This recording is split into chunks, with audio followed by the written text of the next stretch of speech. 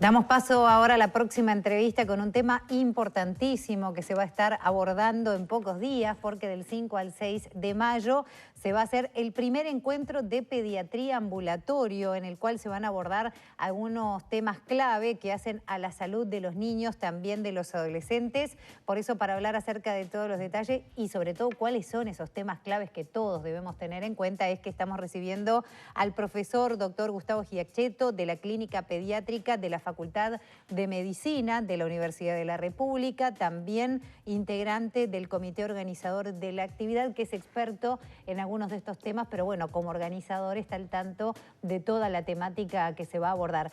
Primero, justamente eso, ¿cómo surge esta idea, que es algo muy innovador a nivel de América, el hecho de que se haga un congreso de estas características, y por qué aquí y con estos temas?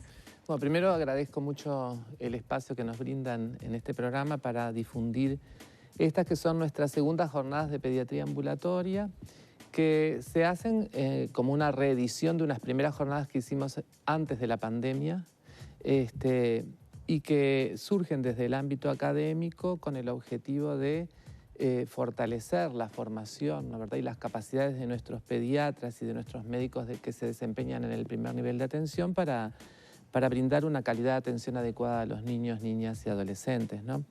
El antecedente de esta jornada es que nosotros somos como grupo académico, estamos muy movilizados con las necesidades que tienen que enfrentar los niños y bueno, el haber vivido la pandemia ha traído algunos problemas nuevos, otros se han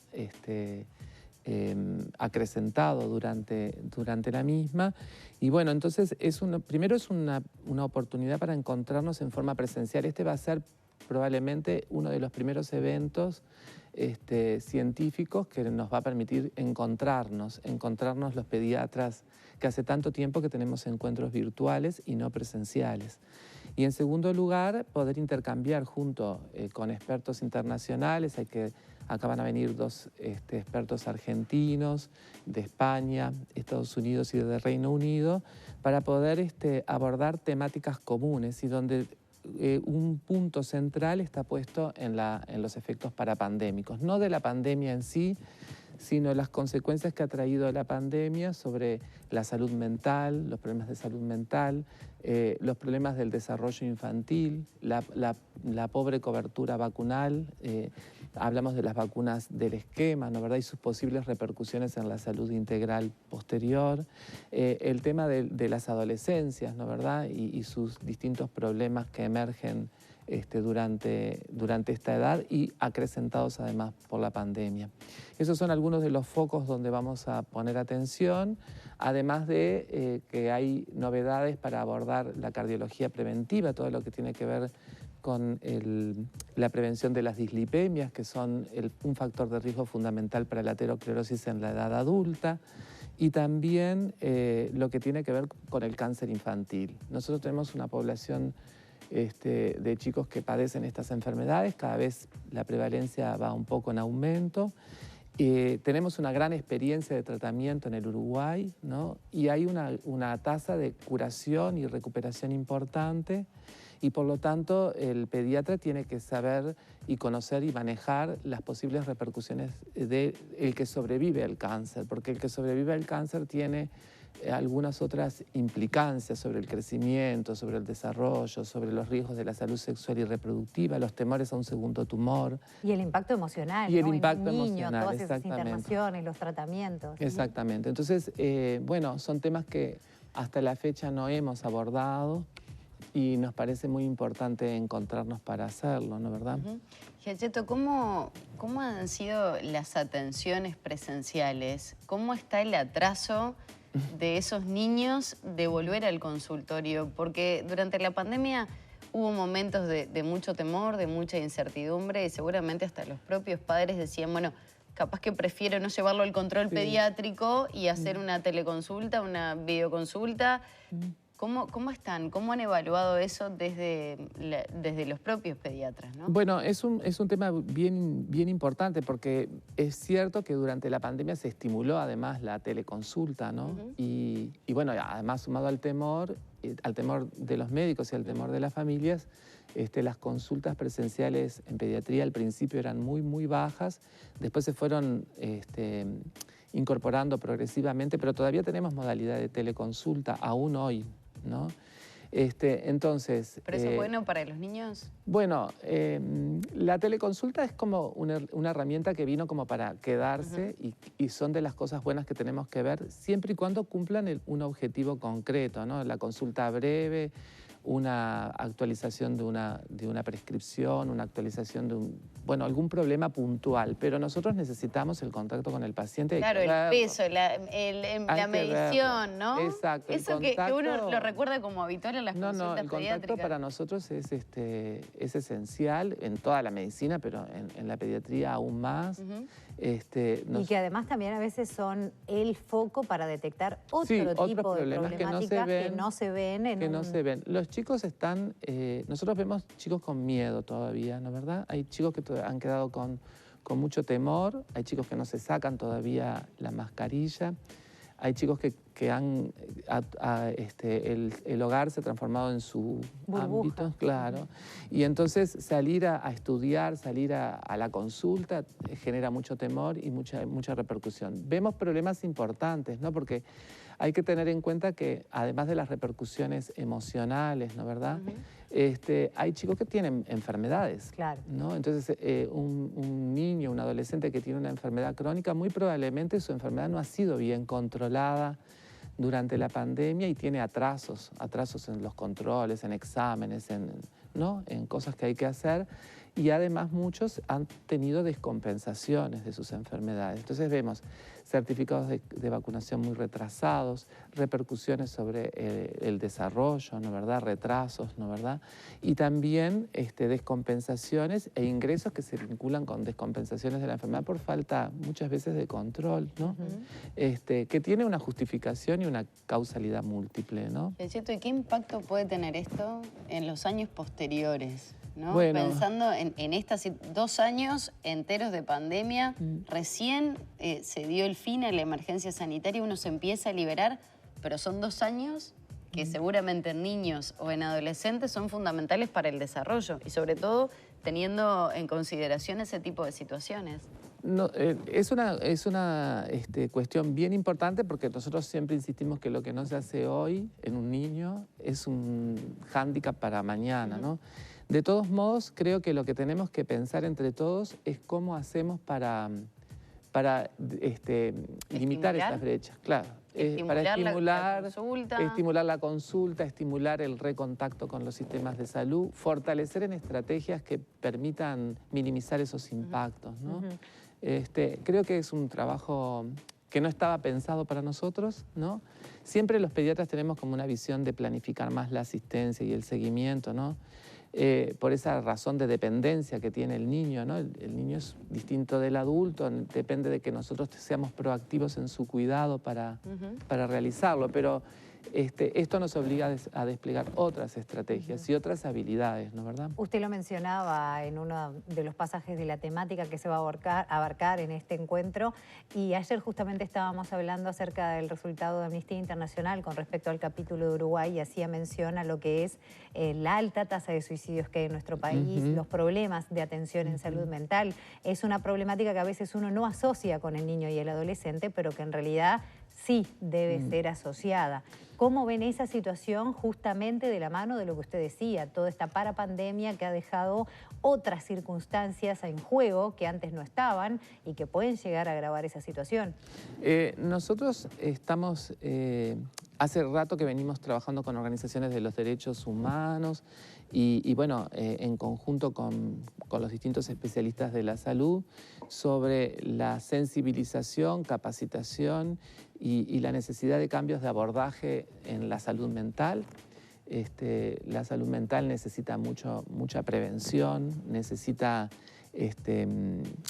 la desinstitucionalización. Es un hecho alarmante que Uruguay tenga tantos niños y adolescentes institucionalizados, ¿no? Eso está, lamentablemente es una problemática que estamos viendo. La patología, lo que nosotros llamamos patología psicosocial, es una cuestión elevada y muy prevalente, que creemos que con la pandemia obviamente se ha exacerbado, ¿no? ¿Verdad? Pero es un problema que venimos detectando desde hace tiempo.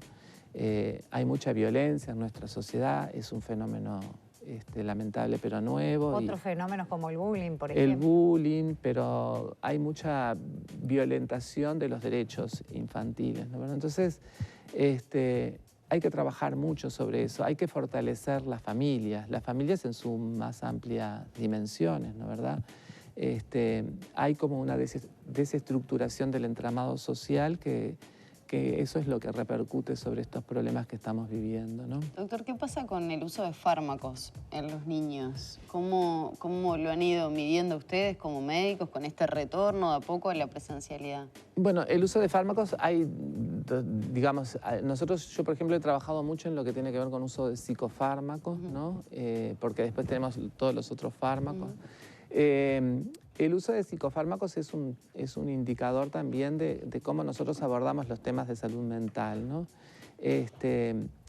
No me quiero meter en un tema que puede ser polémico por el hecho de que, bueno, cuando nosotros hablamos de uso de psicofármacos, muchos especialistas se sienten como que estamos violentando sus libertades de prescripción o cuestionando sus racionalidades en la prescripción. Pero abro un paréntesis, en esta pandemia también creo que se dieron situaciones como de adultos que automedicaban a veces a los hijos. Yo no tengo esos datos, no sé.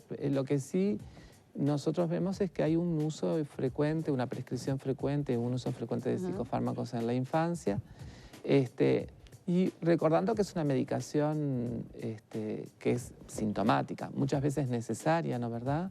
Pero es sintomática, no persigue un objetivo de curación y bueno, que tiene además ciertos riesgos, ¿no? Y que necesita cierta monitorización y control estricto, ¿no? ¿Verdad?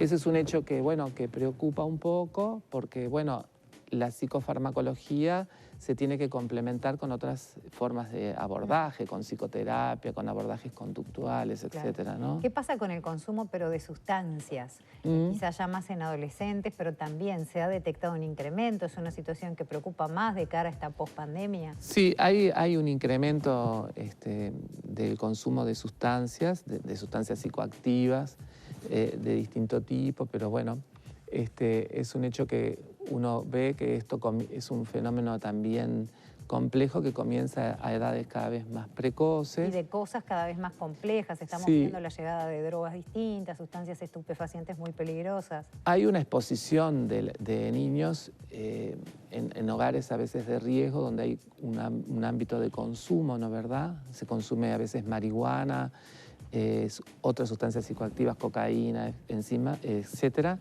y el niño vive y crece en ese ambiente de consumo, con lo cual puede ser víctima de exposición accidental por distintas vías, a veces por consumo oral. Ya lo vimos hace un tiempito, ¿no? Una bebé que terminó consumiendo pasta eso base. Es un problema que nosotros tenemos que estar alerta y, bueno, a la detección precoz de eso. Y la normalización, ¿no? Porque verlo diariamente en la casa pasa a formar parte de...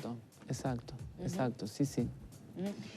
Doctor, ¿qué otros temas van a estar sobre la mesa en este primer encuentro que se va a realizar con estas características y que se entiende son fundamentales para este momento post-pandemia? Bueno, además de todo lo que tiene que ver con los temas de salud mental y del desarrollo y vinculados con la pandemia, exactamente con la parapandemia, bueno, vacunas va a ser un tema que también nosotros vamos a abordar. En general, no solamente con no solamente la vacunación COVID, sino que vamos a focalizar mucho en lo que tiene que ver con las vacunas. El esquema. El esquema, exacto, que han tenido algunos problemas y que además generan vacilaciones, ¿no? ¿Verdad? Entonces, bueno, eso también, pero decíamos que además del chico que sobrevive al cáncer, que es un tema para nosotros nuevo e importante, vamos a estar abordando temas de cardiología preventiva. Decía el doctor Jacob Hartz de Estados Unidos, que dirige el Servicio de Cardiología Preventiva del Boston Children, va a introducir el tema de las hipercolesterolemias, ¿no? De cómo se previene y su política de prevención de las hiperlipidemias. Vamos a estar abordando temas de nefrología pediátrica, también de endocrinología, ¿no verdad? Y que creemos que son muy importantes. Y además algunos temas que son viejos, pero para nosotros son constantes desafíos, como el uso de antibióticos, ¿no verdad? Hay cuestiones en torno al manejo de nuevos y viejos antibióticos y novedades que tenemos que ponernos al día, ¿no? Sí, no. Tenía una duda más cuando mencionó el tema vacunación. ¿Cómo viene la vacunación contra el COVID y si han visto un efecto positivo en esos niños cuando se hablaba de algunos sectores con, por lo menos, no digo resistencia, pero sí algún reparo respecto a la vacunación? Bueno, yo las cifras ahora exactas no las tengo, pero creo que está por arriba del 50% de la administración de la primera dosis. Hay que tener en cuenta también que esto se comenzó en febrero, ¿no? Y ahí fue cuando teníamos el pico de Omicron y los chicos estaban siendo también la población objetivo que se estaba infectando mucho y por lo tanto eso retrasa la administración de la primera o de la segunda dosis. O sea que hay chicos que antes de la vacunación tuvieron COVID y entonces eso retrasó un poco la vacunación. Y otros chicos que se dieron la primera dosis y que probablemente después de eso tuvieron la infección y entonces tienen retrasada la segunda dosis. En este momento nosotros estamos asistiendo a una situación que está bien controlada. Por supuesto que hay casos, ¿no? Por supuesto que yo trabajo en un lugar donde nosotros vemos algunas hospitalizaciones, pero son casos leves que no tienen gran repercusión. La mortalidad se ha mantenido estable y en niños es una cosa extremadamente rara. Y bueno, estamos para aprender ahora sobre las complicaciones, o sea, hay que hacer el seguimiento de los que se infectaron, el seguimiento Viene todo, por ahora estamos contentos con esta situación. Doctor, ya nos tenemos que despedir. Día, hora, ¿cómo conseguir las entradas? Bueno, 5 y 6 de mayo, o sea, prontito, y los estamos esperando que se inscriban en la página de ireventos.com/app, ahí son las inscripciones. Perfecto, con beneficios además para estudiantes. Beneficios para estudiantes, etcétera, para médicos más recientemente graduados. Doctor Gustavo Giaquieto, muchísimas gracias por estos minutos de la Clínica Pediátrica de la Facultad de Medicina de la Universidad de la República, también integrante del comité organizador de esta actividad a la cual estamos invitando a todos. Muchas gracias por estos minutos. No, muchísimas gracias a ustedes. Muy amable. Un placer.